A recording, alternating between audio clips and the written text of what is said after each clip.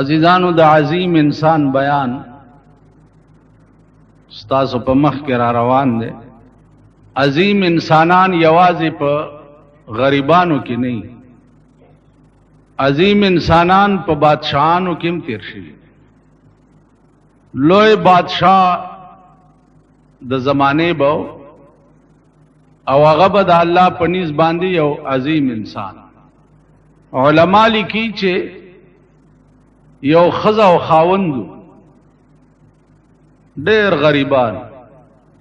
او داغه ملک بادشاہ چې نو داغه متعلق دا مشهور وا چې څوک ولا ورشي او ست توفا او ډالۍ ولا یوسي نو هغه ولا ډېر لوی انعام ورکړي. نو د ښځې خپل خاوند ته وایي چې سړیه مونږ خو د خدای غریبان تم دې بادشاہ له ورشه کنه کسې درکړ. هغه ورته وایي چې ښځې هغه بادشاہ له خو خلق تحفه او ډالۍ وړي نو مونږ سره څه دي؟ ښځې ورته وایي چې نور څه خو نشته، خو د پشکال میاشت او بارانونه شوي دي او دا ډنډې ډکې دي د اوبو نه، نو دینه به درته منګی ډک کما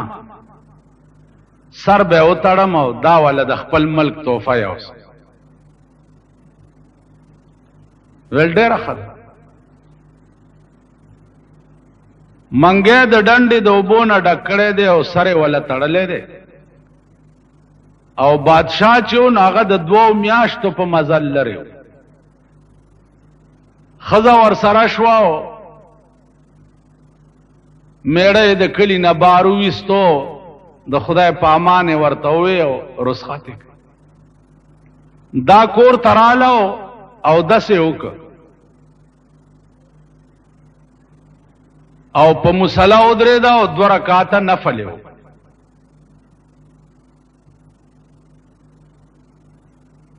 عزیزانو خدای دې توفیق درکړي چې 2 رکعاته نفل وکړي په دې نیت باندې چې خدای زما سہاجت ته او درنه غواړم. 2 رکعاته نفل وکړي او بیا خدای ته التجا او دعا وکړي، الله تعالی هغه کار بیا خامخا کوي.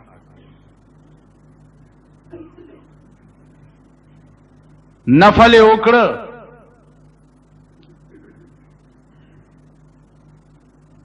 مصلی واچولا او په ودرېدا او نفل وکړه. مولانا روم وای چې زن مصلا باز کردای از نیاز،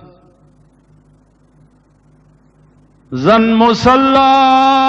باز کردای از نیاز، رب سلم ورد کردا در نماز.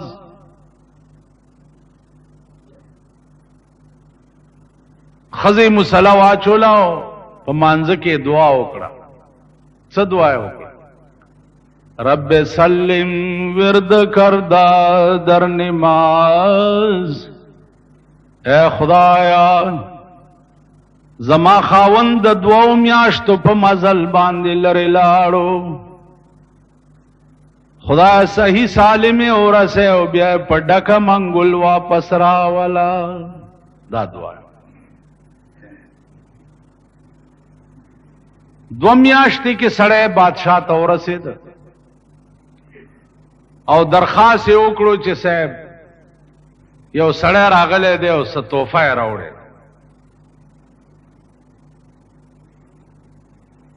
بادشاہ ویل راننه باسئ. چې دننه بوتلو سړی په خیر رالی جوړې په خیر خیر شه بچیا څه دې راوړي دي؟ ورته وی ماء الجنه، د جنت اوبه مې راوړي. بادشاہ ورته وی ماشاء الله سبحان الله الا لک، ګلاسونه راوړي چې دا د جنت اوبه دا ټول د دربار خلق وسکي. ګلاسونه راوړو اندازه وکړئ چې 2 میاشتې کې په منګي کې کومې اوبه پراته وي نو چې د هغې به بوی څنګه وي او د هغې به خوند څنګه وي. نو اول هغه ګلاس بادشاه وڅښل او الحمدلله یې وویل او بیا یې وزیرانو ته وویل چې وڅښئ. وزیرانو خیال وکړو چې د 2 میاشتو اوبه دي او چې بادشاه وڅښلې نو بیا جنیجو څه کار و چې نه به یې څښلې.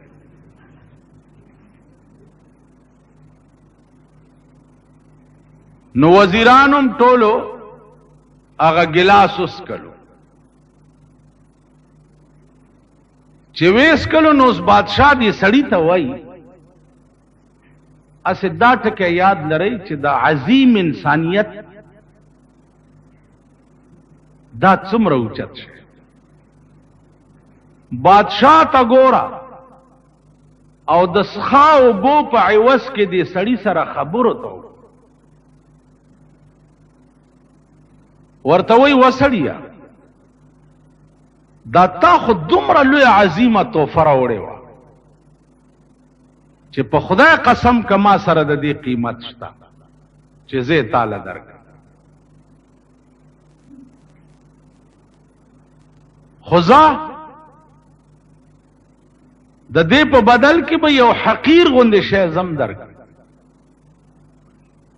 حکم یې وکړ چې دا سړی خزانې ته بوځئ او دا منګی ورته د سرو زرو ډک کړئ او بیا یې د دریای دجله په دې غاړه باندې دا سړی تیر کړي. دا ورته وښایئ چې دلته اوبه وګوره دریابونه بیږي، دلته قیمت ستا د اوبو نه و، دلته قیمت ستا د اخلاص. عزیزانو دا واقعیا شارحینو د حدیث د یو روایت په ضمن کې لیکل. روایت دا دی چې په قیامت کې به الله چې چا ناراضي شي نو داغه ګناهونه بم په نیکۍ بدل. نو شارحین د حدیث چې دی هغه په دې کې متردد دي چې ګناه په نیکۍ څنګه بدلی. دا شی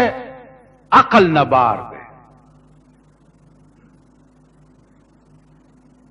نو که تاسو خیال وکئ دین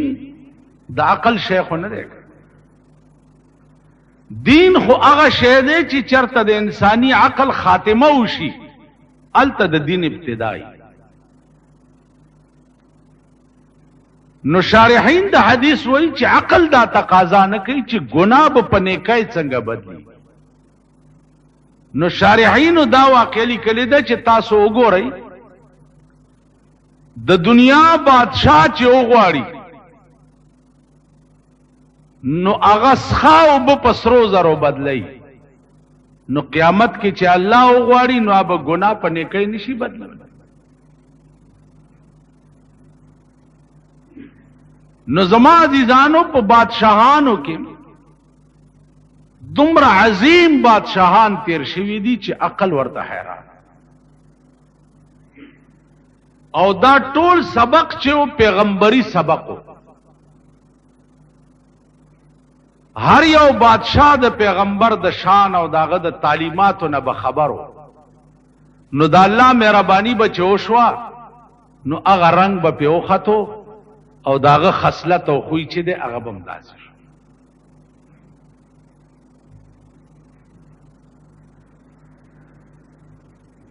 لکه تاسو وګورئ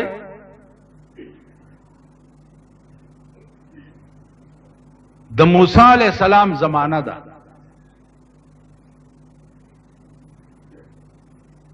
او یو سړی دی هغه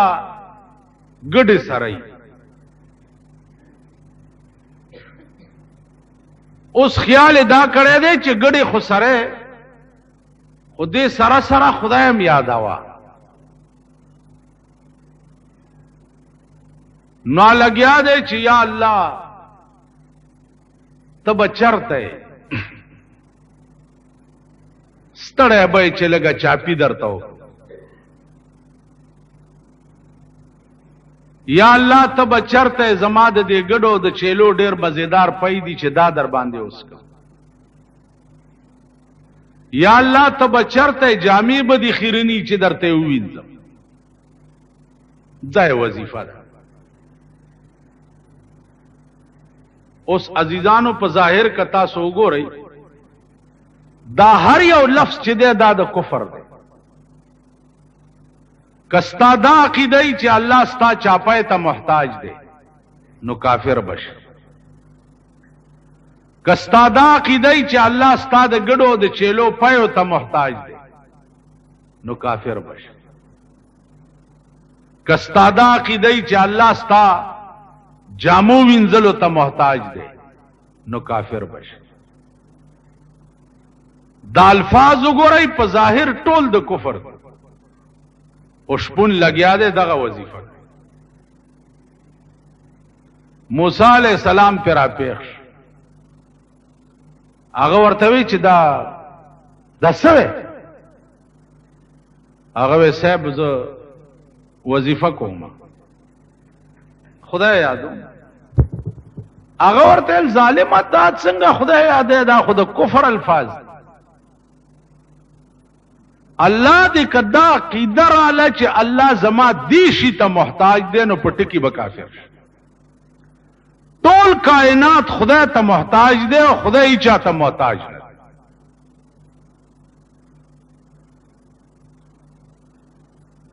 نو دا خود کفر الفاظ دی. اشپون ورته وی چې موسی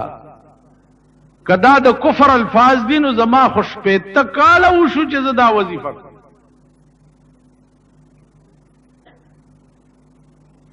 موسی علیہ السلام ورته فرمایل چې شپته کاله وشو چې بیړه دې غر کړ. هغه ګډه او چیلې په ځای پرې خو ولاړو نسکور په یو کنده کې پروت ته جاړي چې خدای اوس څه خبره مچ ته څنګه خدای او څنګه یادې دل غواړي. ما ته څه پته لکه زمونږ دا زمانہ اوس وګورئ د سپینګیرو بوډاګانو نه تپوسو کوي چې کاکا تاسو خدای څو منئ نو دا خو به وایي چې یوې منئ. لیکن تا سره د خدای په یووالي څه دلیل شته؟ ته خدای ولی یو منئ؟ دلیل لري؟ نه به وایي نه. نو دا یاد لرا چې خدای څوک یو منی او دلیل ور سره نه دا ایمان ناقص دی.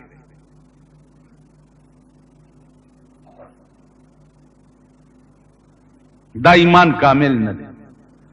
الله چې یو منی نو داغه د یووالي دلایل بس دا کوي.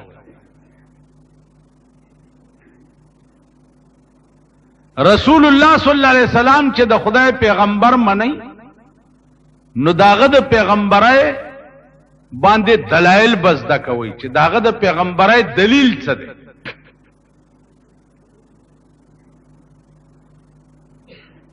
نو که خدای یو منی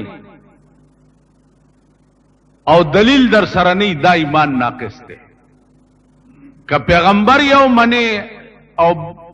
خاتم النبیین منی او دلیل در سره نه دا ایمان ناقص دی.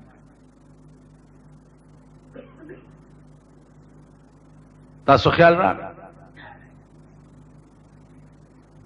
لکه هغه ورځ د قادیانانو یو کتاب ماته چارا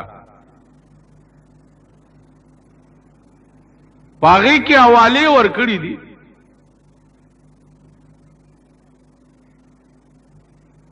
چې رسول الله صلی الله علیه وسلم لا نبی بعدی حدیث چي ده. دا حدیث غلط ته پیغمبر دا نه دی ویلی چې ما نرستو بل پیغمبر ناراض او اواله ورکړی دا په تفسیر در منصور باندې. تفسیر در منصور صف فلان دالی کتاب ما تدلته یو سړی را ما هغه حواله چې وا په تفسیر در منصور کې وکړه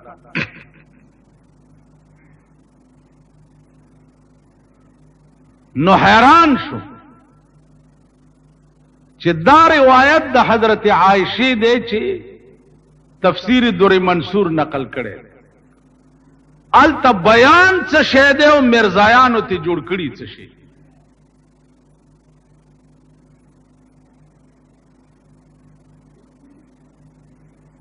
نو ماوي چې دا ظلم په دې ملک کې دا د حکومت ته چې په اسلامی مملکت کې قادیانی غوندي کافر او مرتد ته د پمفلټ شای کولو څنګه اجازت ورکړل شي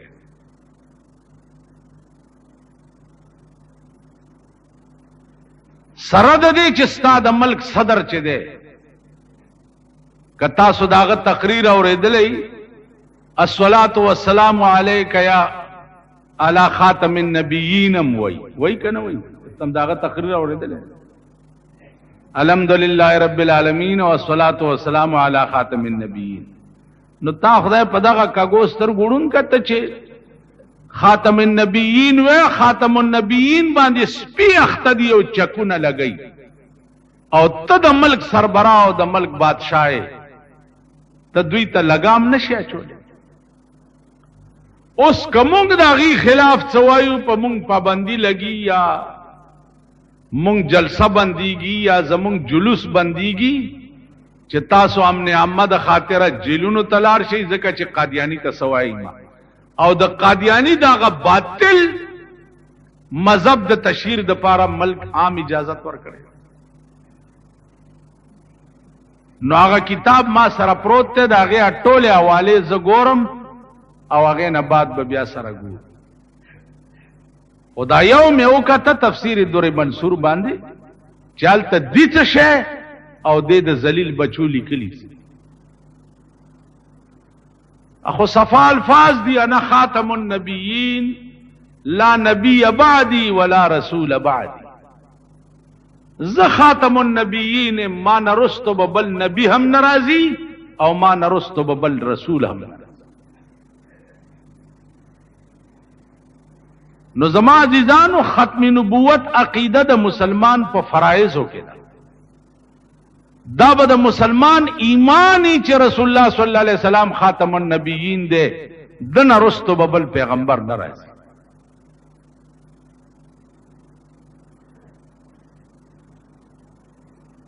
نو موسی علیہ الصلوۃ والسلام اغه شپون جاری چې خدایا زه څه خبرم چې ته څنګه خدای او څنګه یادول غواړي عزیزانو خپه نشئ تاسو تجربه وکئ مونږ نور مذهب خو پرېږدا زمونږ دا کلمې د عام خلقو نه اورېدل شروع کړي ټول خلک کلمې غلطي وایي ټول غلط لا اله الا الله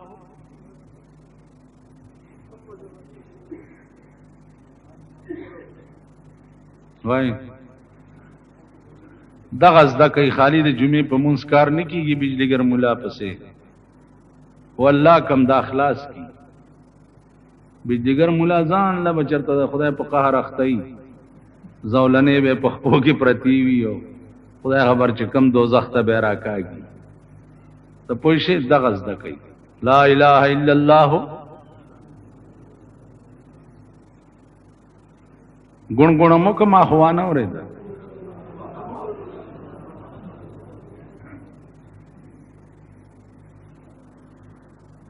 لا الہ نشته د معبود برحق وای لا الہ نشته د معبود برحق الا الله سوا د خدای لا مانا ایچ نشتا ایچ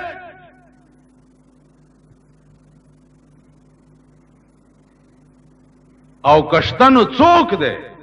الا الله. علماء متکلمینو کې یو ډله ده چې هغه د هیڅ شي په وجود قائل نه ده، لا موجود، هیڅ شی نشته. هلکه دا تاسو چې وایي مونږ هیڅ شی، علماء را ټینګ کړي دي چې دا موجودات کائنات وغیرہ وغیرہ دا څه وایي. هغې ورته وایي چې کم شی به چې شبا نشت کېږي، سبا به چې کم شی نشت کېږي، د هغې نن تصور د نشت جایز دی. سبا به چې کم شی نه نو که ته نن ووایې چې نشته نو دا جایز دی. موتو پیغمبر فرمایلی دی موتو قبل ان تموتو، مړه شئ په خوا د مرګ نه، چې لا مړ نه نو ځان مړ تصور کړه. نو چې په ژوند ځان مړ تصور کې نو مړ اغلا کوي، ها جی مړ زنا کوي، مړ شراب سکی، مړ کم گناہ کوي. نو چې ته ځان مړ تصور کې نو هیڅ به نه کې چې زه مړ یم. یو خو هغه مړ دی لکه یو ملا تقریر کولو چې د مړو په شپه سو کلوا پخا کې د ثواب دی، کیر پوخ کې دا ثواب دی، پلانې پوخ چرګ کچا لول خونو نیغ به جنت ته. ا د ملا خزه اوریدلی دی، هغه خیال کړی دی چې زه ولې جنت ته نه ځم، چرګ حلال کړی. چا ملا کور ته تللی دی، ویل چې دا چرګ کوم ځای و؟ ویل خو تال ته مانځه کې ویل چې چرګ چا حلال کو نیغ به جنت ته ځي. نو مام دا چرګ راونیو چې زه جنت ته لاړ شم. ستا ویلې خدای کور روان که دا خو زه خلکو ته ویم، ځان له خو نه ویم. ولې د چرګ 100 روپو چرګ دی حلال، زه مړ یم. ویل سړیا په آرام کښېنه، مسله دې کړې وه. ویل مړ یم، خلق راله مړ دی، ملا مړ دی، ملا مړ دی، ملا مړ دی.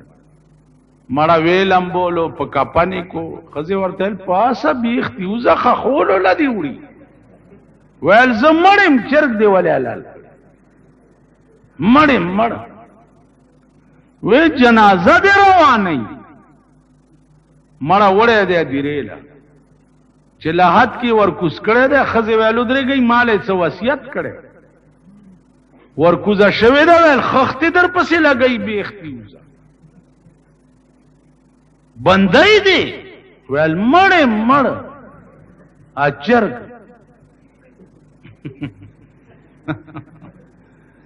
ویل ښه ودرېږه، پاس چې را ټوپ کړی دی، آواز یې کړی دی. ویل خلک واورئ،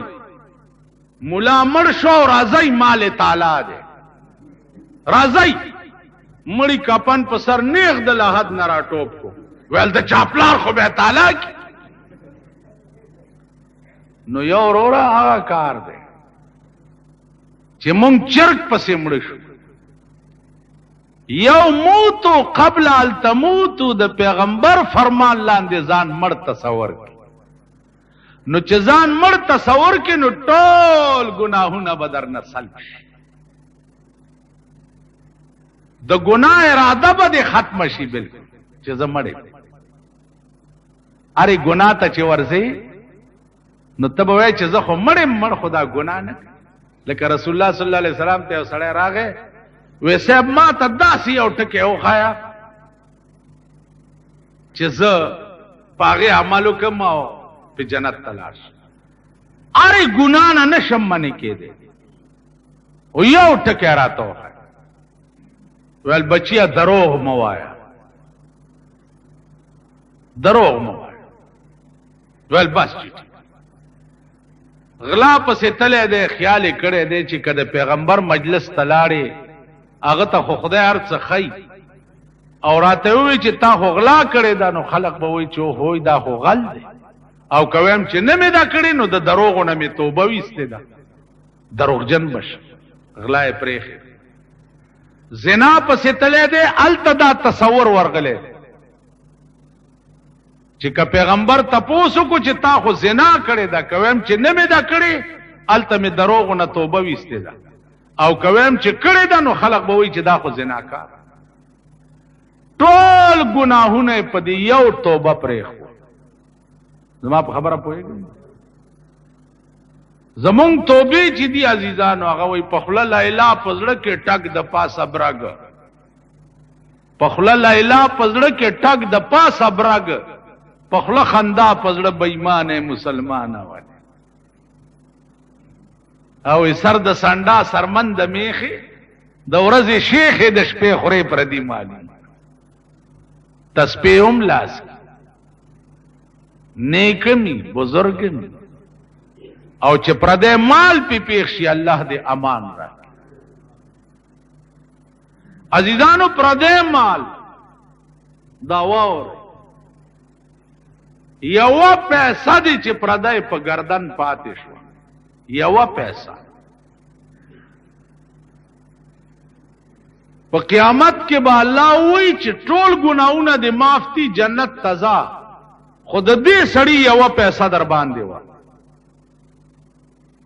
اور کنو بیا ځه د بمنډه کی چې با سره هو پیسې ډېرې وینو هغه پیسې به د جهنم په بیخ کې ورته ښکار شي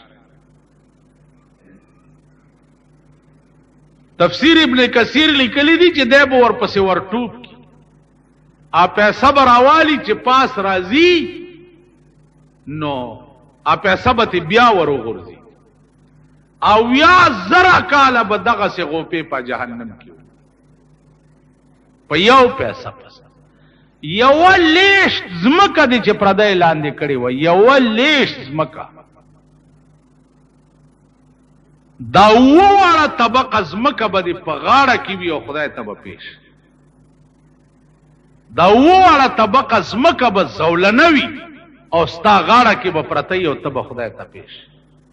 یو لیش پرون میں په یو قبر تقریر کولو ما وی خبره واوري دا ټول غړ زیړ ولاړ یي د مولا خبره خو درته د اوخ پوسکای خکاری بباد آمد او بباد رف او یو ټکه او من یو چې یو بزرگ د بل بزرگ په قبر تیرې ده ورته وی سال ده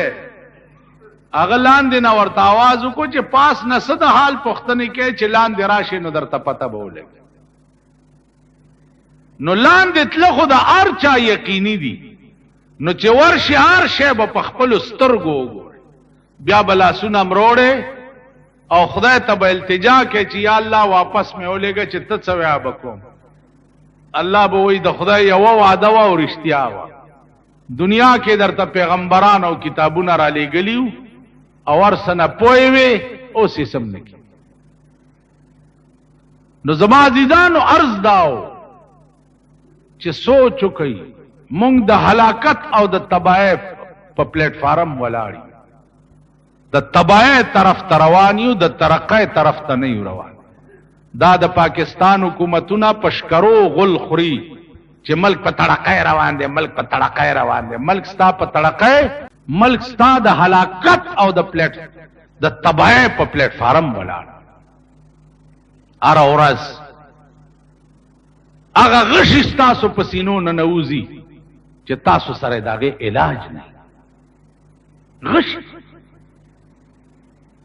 ستا ملک په ترقې روان دي تاسو وګورئ د بجلی په دې بیلونو کې یو فیول ټیکس لګېدل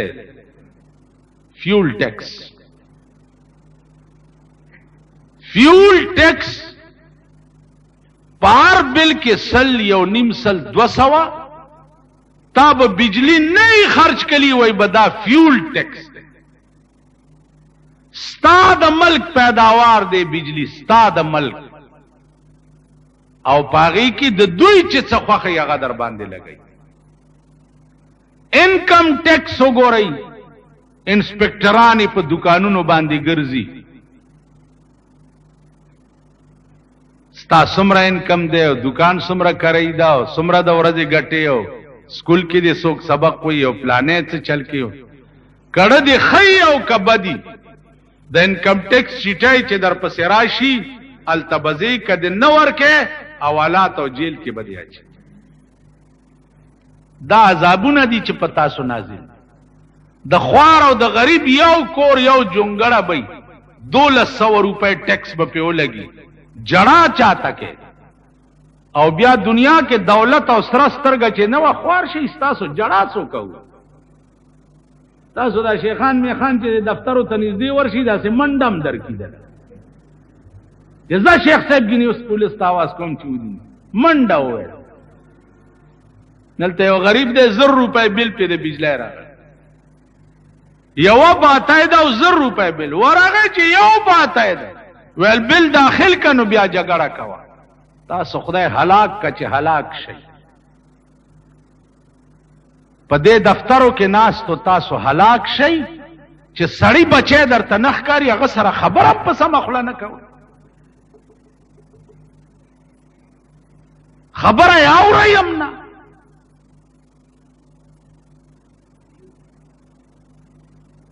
دا ملک د دوی د پلار او د نیکه دی د دې شاهانو د غټانو د نوابانو د پلار دی چاته چې سپیشل جنریټرې لګېدلې دي house rent गोरा house rent पखपल कोर के बोसेगी और करई बदल हुकूमत दर कई दा वजीरानो गोरा उसीगी पखपलू कोरुनो के और 15,000 और 10,000 रुपए म्याश द हुकूमत ना द खपल कोर करई दे अली पदे पोई खुदाम ख्वार न का वही गई खबर हाउस रेंट ز وزیرم ملک ټیپر کوم ملک می ټیپر کړو ځکه چې زه منسټر ما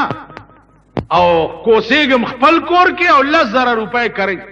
زه اوسېګم خپل کور کې او د خپل کور کوي حکومت لا ورکو وزیر اوسېږي خپل کور کې الټا کوي د حکومت نه دا داسې پخبر ګوروند حکومت ته او پخبر ګوروند قوم دی دا پټه پوروند قوم چې دی دا اوسم دی خلکو پسې منډي وای او ټوکرای ټوکرای ورته کی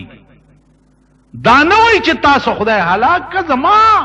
یو جونګړه دا پلان را ته پرېخه د خټو کوټه پاغه ولې ټیکسو لګي ما یو دکان دی پکې مې د 500 روپو کریانا چولې دا بچولا پکې روټای نشم پیدا کولې ز تعالی ټیکس څنګه در تو ملک بغیر ٹیکس نه چلیږي ملک او نه چلے دو مان داګیرا کله کوي د شاهانو خرچ کم کوي نن ستا د کرکټ په میچ باندې کروڑونه روپے خرچ دی د ملک دې کنه دی ډېر خی تاسو غریبانو په کور کې ټلویزیون ساتلې ټول ورځ کرکټ میچ ته نه ساتلیم دي کنه وای دی غریبان د خواران دا خړمخي نه د سټمارې زامن دویم رنگین ټي وي په کور کې ساتلې د ټول ورځ کرکټ میچ ته نه دا زمونږ بچي وګوره حرامیان د حرامو د نطفه پیدا دومره ریډوګانم ورته اغستې کم ماشوم چې ګورې غوږ ته یې نیولې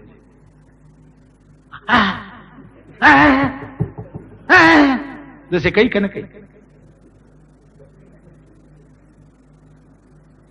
کم یو د ډم زوی چې ګورې غوږ ته به یې ریډو نیولې څه چل دی هلکه د سوټی زویا کرکټ میچ اورم تاسو خدای هلاک کرکټ میچ اورېدل په دې پاکستان کې ډېر ضروري دي کرکټ میچ اورېدل ورشه په شیباغ کې چې کوم سټیډیم جوړ شو کرکټ میچ د پاره 100 کروڑ روپے په لګېدلي چاته پته ده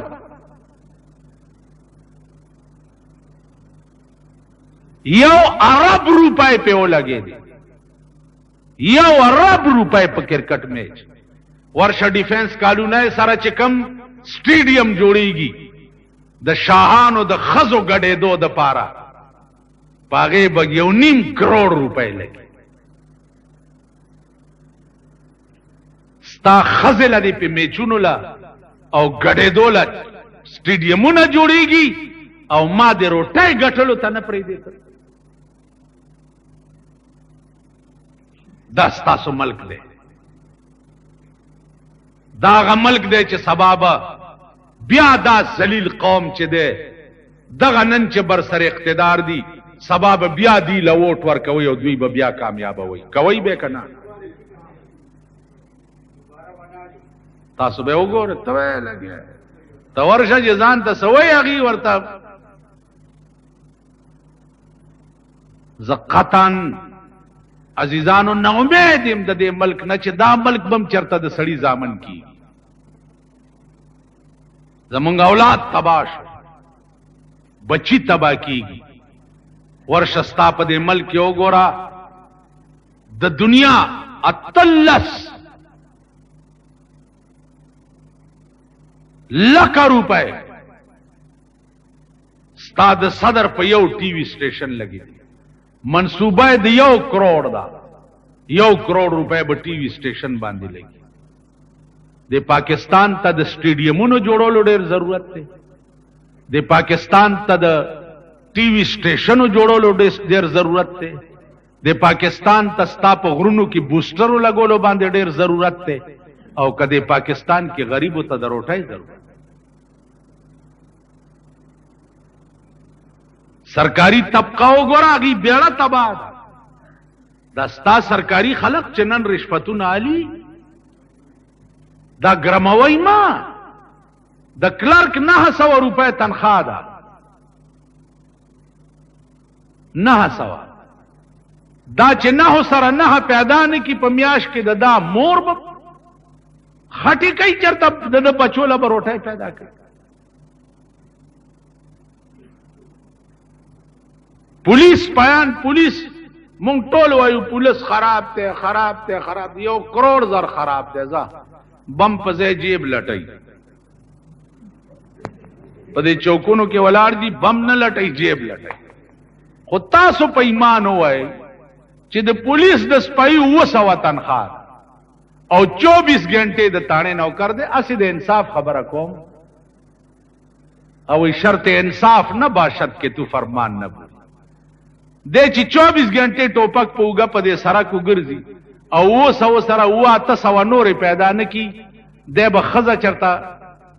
ټاټکی لراو باسي ټاټکې به پیچلې روټای به پیدا کوي. وای دا بس نو زما عزیزانو زمونږ ملک بیړه تباه ده. کتا سوای مولیانو مساخسته شروع کړي نو مولا اوسو مولا هما تاسو ته ویلو چې اسړی ماته کشمیر ته تله مال نه هم تله ول ته څنګه مولای چې کشمیر ته نه تله مال ته تله ول نظم نه هم تله نو مال د دوس قوم امام چرته غیرتی کې دیش او چې څنګه ته داسې زم بیختی وزته نه تله به غیرت زم به غیرت نه هم تله نو چې څنګه ته مردار خورې داسې ز بچ پاتې کې دیش چې اوس وزیر صاحب جمعات لراشي او مولا صاحب دا 50000 روپے شکرانه میرا لګلې دا راوړې مې دا قبول کزم قبول نه او ما پیړې د جنت تلاړه بیړې دی غرکش زکه چې زم تاوګه ساتلم کنه په دې جمعات کې ناستم پېمان وای زما د جامع تپوس دکړې ها یاره وای په ایمان چې د مولا خختک سورې د بد اورته او په سجده پریوزي ورته ښکاری او ورته وګوره نو یو به ولا پرتګ راوړی چې وای چې دا به وای چې مولا صاحب شرمېدلی لغوندې دا څه به وکړي خدایم بیخ پاغه خاص سرمنو باسا د ګډوري عام یو سی بل جمعات له ورکې ځکه چې دی مولا مالا د استنجا لوټې نه ورا کړی چې ورغلی نو ټول کال مولا ستا سرسای او سرمنې تناسته نو چاغله 50000 روپے راکړي خدای پرستای چې هغه د وزیر هغه ومه پیړایم جنتی ځکه چې زم تاوګه ساتل. بیا وګورئ په دې خبيث ملک ټول ورځ د مولا چڼې ګرځي په کوڅو کې وظیفه لیاو ایماندار. هغه ستاس خاو مرداري ټوکړې او پیشو جوټه کړې ترکاری هغه راوړي نو د مولا د جمعات خوراک. نو زم په دې مردارو د بده ورځ عادت شوم کړ. کدا څنګه د بده ورځ مولا په مصلا ولاړی ټوخي اول دا جمعات دازه چې پکې ناز د امام پستر ګړون دی په دې مصلا کله ولاړی الحمدلله ټول سلام وګرځي کېړایونی سیو دا چاونه وی جالکا پیجی صاحب ټوخیږي او بوتل شربت درته راوړ په دې جمعات نام کوفه دا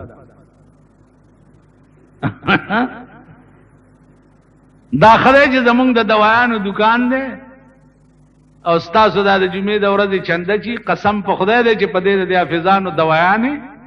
او دی لوړه او چینی پیالي او تسمار خانی چې زمونږ وګوره او خبرې مو ګوره نو ریل گاډي به را نه کوي. په بجلیګر کې زه امام ومنو تو خیدم نو یو ورځ ټوخېدم بل ورځ په درېم ورځ د دې لنډۍ او ما تل سټوخ ټوخ کې چرته علاج نه کې مال پیسې را سره نشته چې شربت وار ما تل نو بیا مو درګه په مصلا او چې ور بیا مو درګه د دې مرینه میونی چې ومني وو یو سو جقه می ورکو د جمعات د کړکای نه می بارو اور پسې می ور ټوپ کو په دا خېټه می یو سو ټوپ ورته مال دې له ایمان نشته چې دا 2 روپیا والا چرته ټوخي ګولای پیوال په مسلمه او درګه بیا ټوخي تاسو داسې خدای پیجندلی د خدای د کور څوکیدار در تسپک کاری خدای سپک اورک کړی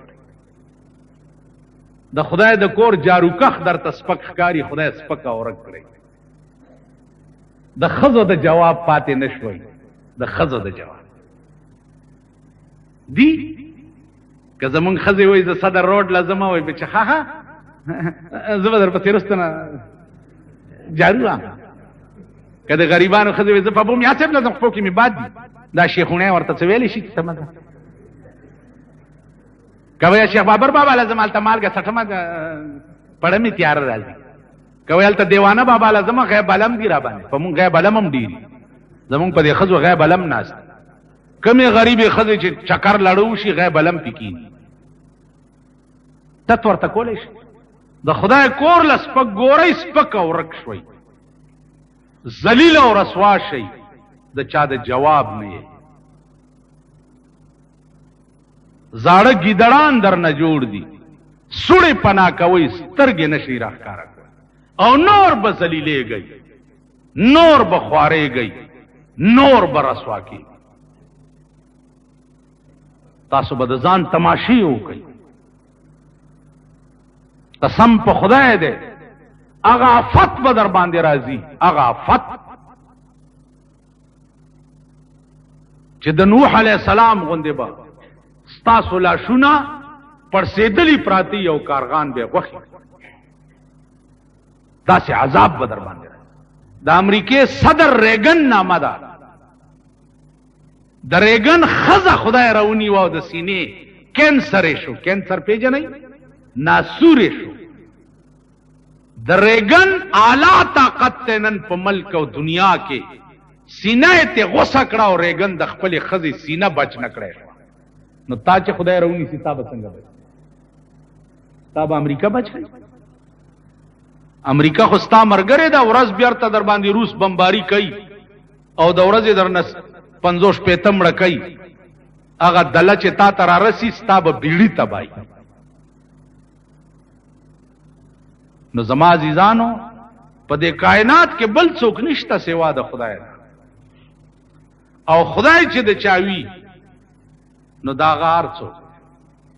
والله العظیم چې ته عظیم انسان شوې تب په کور کې پروته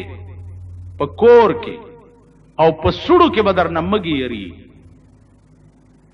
حضرت عمر د شپې گشت کولو په خپل خار کې یو کور کې د مور او لور جګړه وا مور وی بچیا لا په دې پایو کې لګي او بو واچوا کم دي سبب پیسې کمی شي لوري ورته مور امیر المؤمنین اعلان کړی دی چې کچا پایو کې او بو واچول نو سزا به ورکو پایو کې او بو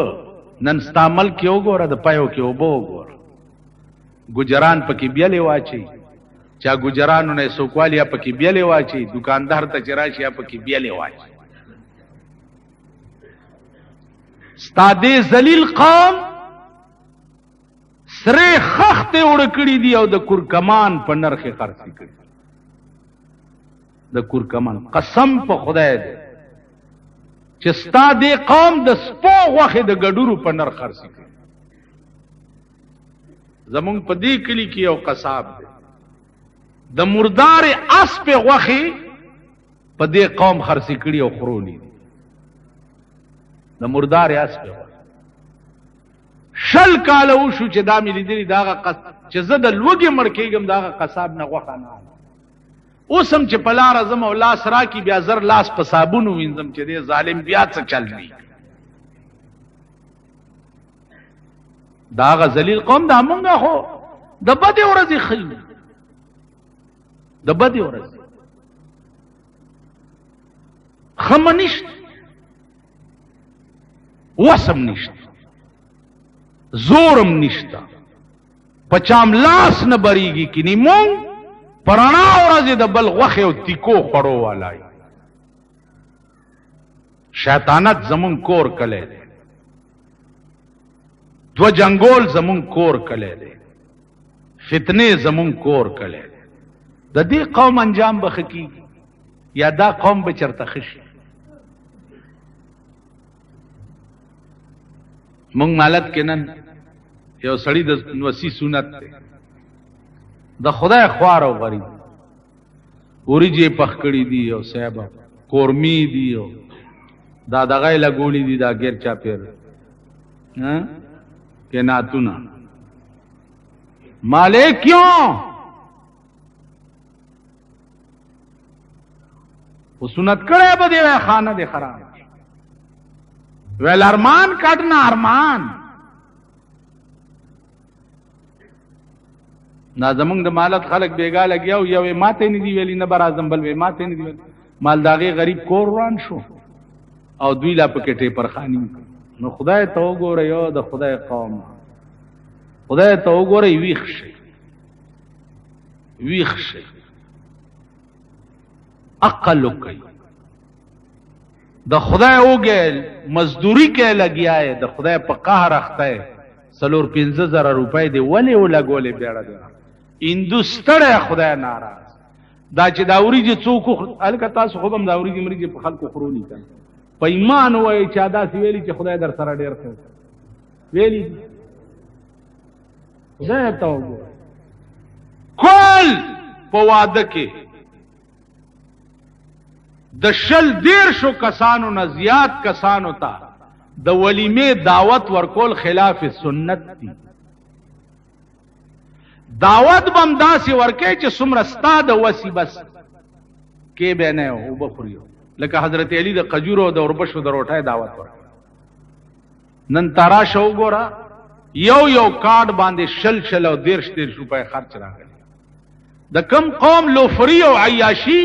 چې دې حتی ورسی قوم به خورز ګور خوار غریب په 50 روپے کارت بچا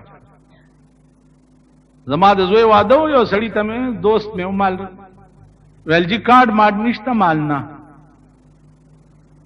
ویل نو به کارت څنګه مال دا زما خپل کارت نه خراب ده کراله نو د سړی زوی بنئ چرانش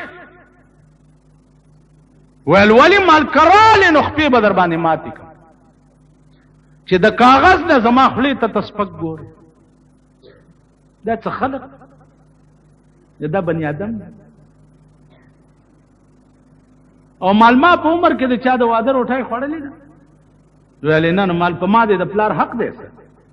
ورک شخوار چې ما ته چاړو د واده ونه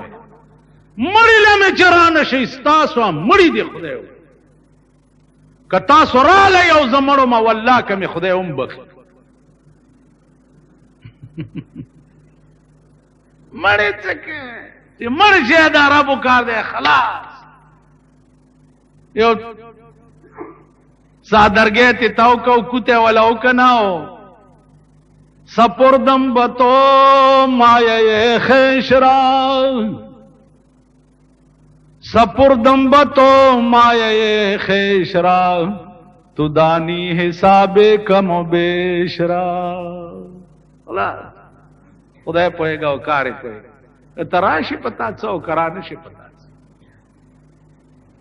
نن ودونا سنتونا مړی ټول رسم و رواج او د خدای په عظیم قهر دا قوم واده لس ورځونه مخکې به جنډیان انتظامونه پلانی ډینګړي دی او خزه او نر به په ویرا قرآن او سنت هم پرېخو خدای پریخي قرآن او سنت ته د سپک کتري خدای سپک او رک د پیغمبر د لور غوندې نکاح چې او نه تړي د لور خدای به د سپک او رک تاسو خیال راغی نو عرض مې دا او دین مونږ پرېښی دی ځکه خدای مونږ پرېږي عشق کې برکت نشته روټۍ کې برکت نشته ناسته کې نشته ملاسته کې نشته ګرځېدو کې نشته خوراک کې نشته د خولې خوند د دنیا خراب شو پخوا به د مسورو پیتی چې خوړه د چرګان ته قربان شه اوس چرګان خوري والله که د دال عمره مزه چاله ورکړي خوند د ملک او هغه ذایقه د ملک چې دا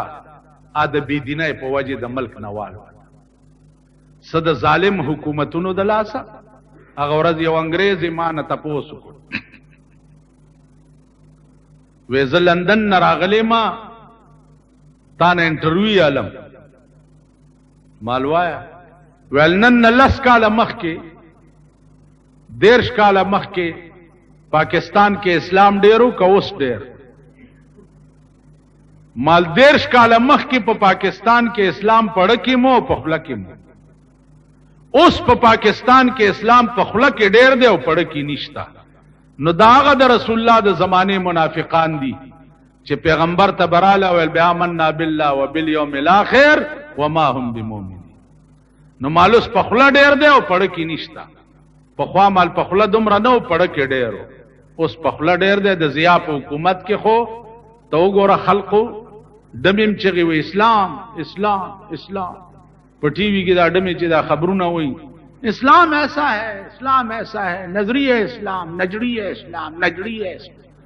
پر ٹیلیویژن کې مو ګوره دا ټیلیویژن ما سره نشته زیار وخت کته نشم چې چرته پیښ شم نو ګورم ورته نو دغه لشمکه چې دا نا پټی کې لګیا دا اسلام دی الو پټی ور په سر کړی الو پټو ته وګوره بیا غدیزه کې ځال جوړ کړی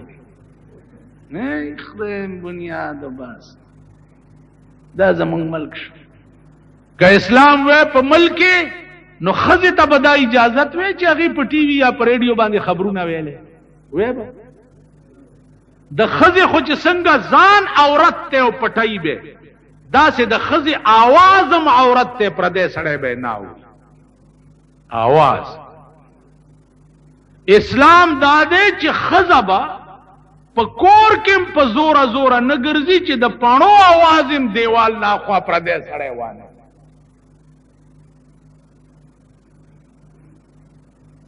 دستا د ملک اسلام دې